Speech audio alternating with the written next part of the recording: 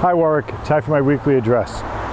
Yesterday, Governor McKee was in town at the Pilgrim Senior Center to sign some important legislation that affected senior citizens. One of the bills that I really love, it affected me personally at one time. In 2004, my mom had cancer, and when she died, the first thing that the hospice nurse did was to come over and destroy all of her old medications. They couldn't be passed on. My family was very distraught about this because they were very, very expensive medications. We didn't know why they couldn't go to someone in need. The law prevented that. 4 months later, the same thing happened when my father died. He had a refrigerator full of insulin. I mean, this was thousands of dollars worth of medications that, it could have been passed on.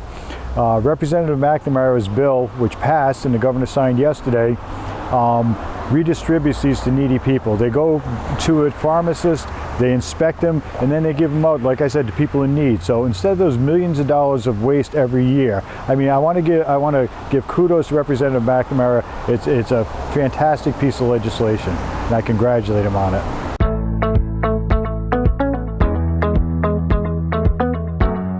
At the very beginning of September, we've scheduled a move from the old annex building to the Sawtooth. We've talked about this a lot. The building is almost ready. It's going to be so much more convenient for residents to pay their taxes, go to the planning department, building department. It's also going to make for a much more efficient government because our offices aren't all over the city now.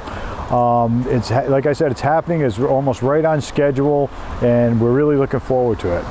Now, part of that, the old annex building, the former senior center at the corner of Buttonwoods Avenue, West Shore Road. People have asked what's happening to that. We've sold it. The bids are open at the city council meeting this past Monday, and contrary to the Beacon headline, which was completely incorrect, it wasn't sold for $200,000, it was sold for $600,000. But that also included the hundreds of thousands of dollars of cost of tearing down the old annex, something the city didn't want to incur. I didn't want these properties sitting around like the old schools have. The buildings deteriorate rapidly. It's just not good to have. It's a horrible look for the city. It attracts rats. So it's going to be done in a timely manner. So when that process starts, I mean, we still have to have the closing and all that. And we had told the builders what they could build there. It's residential, has to fit all building codes.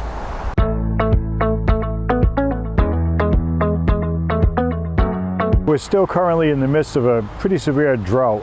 There are no further restrictions. We're still asking you to curb your water usage. And also, I mean, there's a lot of usage this year, so you may be stunned by the bills that come in. Like I said, try to use your outside water every other day, please. Odd even system going with your address.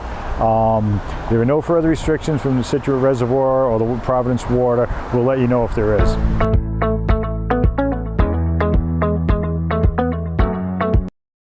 Sadly, the summer of 2022 is coming to a close. Kids are getting ready to go back to school. Before you know it, I'll be putting up my Christmas display. We had a very successful summer here in Warwick. We had so many events that people enjoyed. We had National Night Out, the Great Race, movie nights. It was just fantastic. We had a great beach season too. Fee collections went fantastic. And speaking of that, as of August 29th, no more beach fees. Just go ahead and enjoy that last week of the beach on us. This week we're here at the Warwick Center for the Arts, and for a little more on that, give a listen.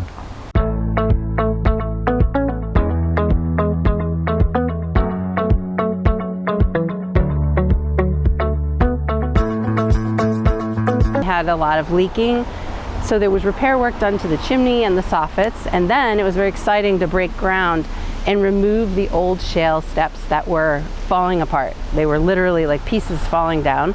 The steps were made longer, easier to go up. Additional railings were put in, and so basically the whole thing is a lot safer.